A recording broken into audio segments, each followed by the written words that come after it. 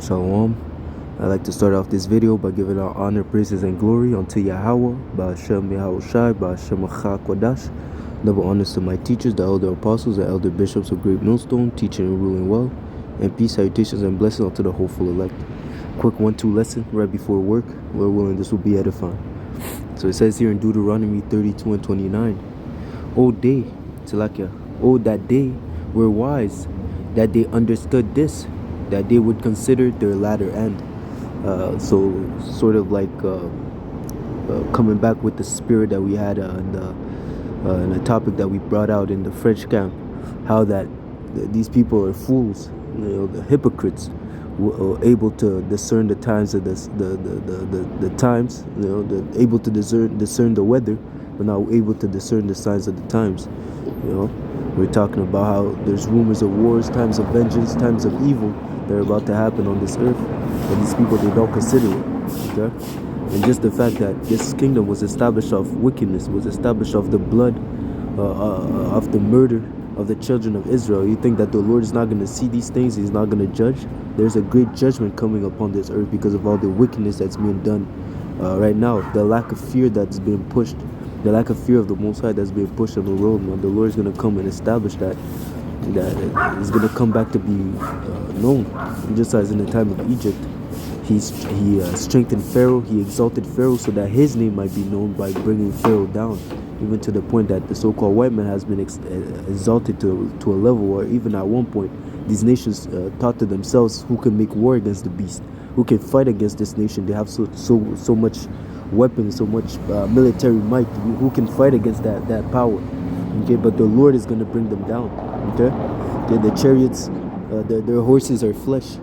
Okay, the chariots of the Most High are spirit. Okay, they can't fight, they can't compete, even to the point where there's an instance in 2nd Ezra 13, even in Revelation, it tells you that Satan and his angels are going to fight against Michael and his angels. And when it speaks about Satan, it speaks about the so-called white man and his military might.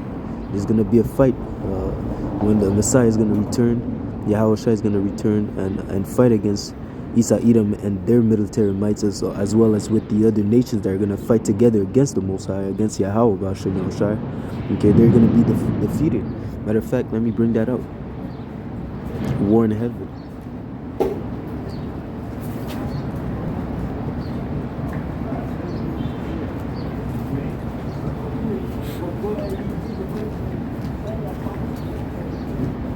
So it says here in Revelation 12 and 7, and there was a war in heaven. Michael and his angels fought against the dragon, and the dragon fought with his angels. So when they're speaking about a dragon, it tells you even in, I believe, Revelation 21, it tells you that old serpent, yeah, that's the same. When it speaks about a dragon, when it speaks about a serpent, it's not really speaking of a creature. It's not speaking of an animal. It's speaking of a man that has serpentine-like characteristics. Okay?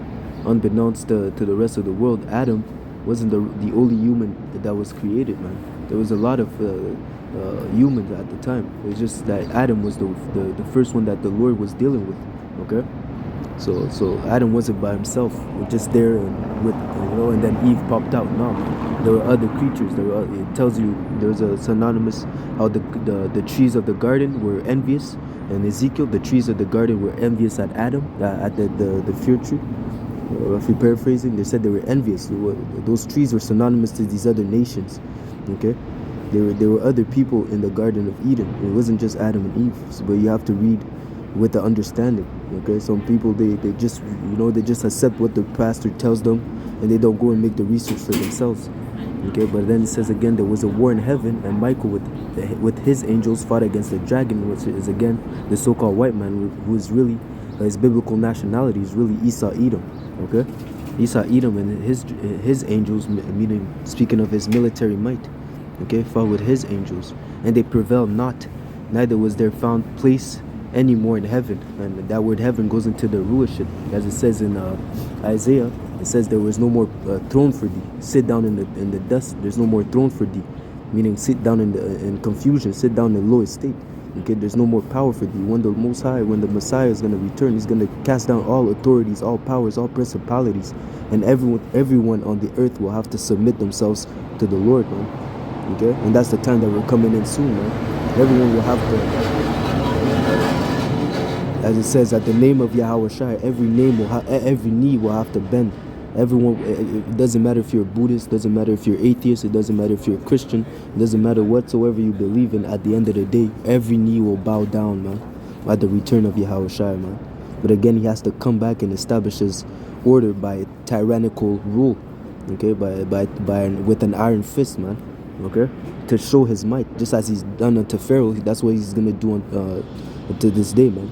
Because some people, the only way they learn is by punishment. And that's why the Lord is going to come down with great punishment on the earth, man. You see? The time of great evil. Okay? And evil is prepared and only evil. So again, that's why as I brought out in the first precept, if they were wise, they would have considered the latter end. Every action has a reaction. Okay? And we're coming in a time where the reaction is going to happen. But the Lord is long-suffering. Okay, Yahweh Hashem Yahushua is long-suffering, so he's allowing Isa Edom to push forth with his iniquity until their sins reach unto heaven. Just as it says unto Sodom and Gomorrah. Let me bring it out.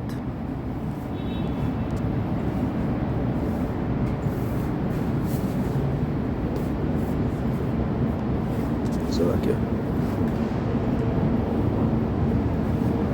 It says here in 2 Peter 2:6 to the point, and turning the cities of Sodom and Gomorrah into ashes, condemning them with an overthrow, making them an example, which is another word for example, unto those that after should live ungodly. So Sodom and Gomorrah, what happened?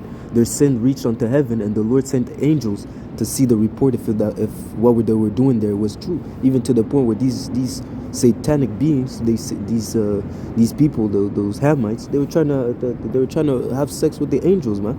Okay, so even to the point where there's for sure now, even it says that now in if Sodom and Gomorrah was to see the actions that were done in this time, they would blush. Okay, this is just the point that this America, okay, aka Babylon the Great, is really Sodom and Gomorrah on steroids. Okay, so how much more greater the destruction of this place? And again, it tells you that that we have seen the wicked man raise up as a green bay tree, spreading his shadow all over the world, man. The earth is in darkness, and the people are in gross darkness, because the majority of the population, except for the hopeful elect, those that except for the elect, those that are going to be redeemed, the whole world have been partakers of the philosophies. They're all drunk of the philosophies of Babylon. And that's why the whole world, there's going to be a great judgment. It says this world was made for many, but the world to come was for a few.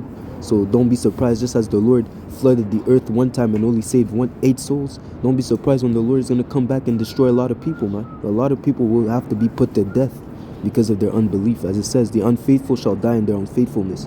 All right, so we're coming in a time of great judgment. And why is that? Because these people have been fools and not acknowledging that there is a Most High, and the Most High is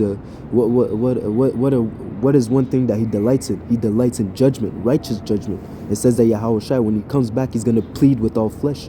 When He says plead, it goes into judge. He's going to come back to judge all flesh. Everyone will be rewarded as they have done on this earth, okay, and in righteousness. So if you wanted to live your life without thinking about the Lord, without serving the Lord, because really that's the whole duty of a man, to fear the Most High and to keep His commandments. And that's a knowledge that has been completely forgotten for the most part in the earth, man. Because again, the wicked have the earth was given into the hands of the wicked, and they have pushed a vibration of satanism. They have pushed a satanic vibration on the whole earth, man, where they say, "Do as thou wilt." You know, as they say, the fool said in his heart, "There is no God, there is no power." Okay, so they're living their life like there's not going to be a judgment for the actions that they cause. But unbeknownst to them, when they say peace and safety, that's when the Lord is gonna come and judge them. Just as in the days of Noah, as it says, they were drinking, they were partying, they were having their fun. They didn't care about what Noah was telling them about rain, about the flood. But then when Noah entered into the ark, that's when the flood came. When Lot left the city, that's when the fire and brimstone fell upon these people. And that's exactly what's going to happen in the times to come. And when they say peace and safety, that's when destruction is going to come upon them. So even the fact that they were saying peace and safety, that tells you that they were fools, because they did not consider the latter end, not knowing that the Lord is watching every move, and is, in a sense, He's playing checkers. That's like He's playing chess while these people are playing checkers. Okay, they're living their day-to-day life, not worrying about, not putting Yahweh Hashem Yahushai first. They're going to come and find out that the Lord is real.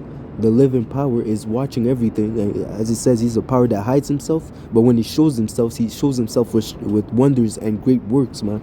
So the whole world will know and acknowledge that the Lord is, okay, as his name is Yahweh. He is in the ancient Hebrew, okay, and everyone will have to acknowledge Yahweh Shai as being the only begotten Son of the Most High, okay, and that's when order and peace and truth and righteousness will be established on the earth. For these people that claim they want peace on the earth, they want world peace and things of that nature, that only comes with you acknowledging the Most High, because with the Most High comes order, comes peace, comes structure, okay, and that's gonna and Yahweh Shai, that's what he's gonna come back and bring back on the earth. All right. So that being said, I hope this lesson was edifying, straight to the point. Lord willing, this was an edifying lesson. Until next time. Shalom, shalom, shalom.